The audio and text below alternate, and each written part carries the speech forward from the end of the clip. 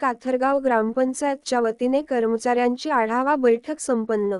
संग्रामपूर तालुक्यातील पिंपरी काथरगाव येथील प्रथमच आढावा बैठकीचे आयोजन लोकनियुक्त सरपंच सौ सुवर्णा गणेश टापरे यांनी केले होते।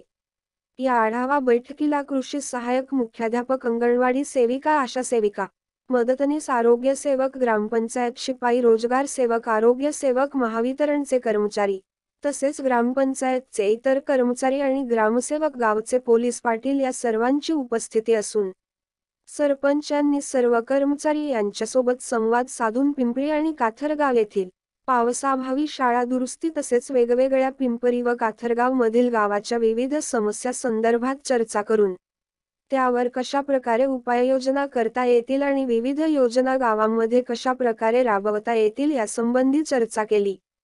अशा प्रकारे पिंपरी काथरगाव ग्रामपंचायत मध्ये आढावा बैठक संपन्न झाली। ते ग्रामपंचायतला सादर करावे आणि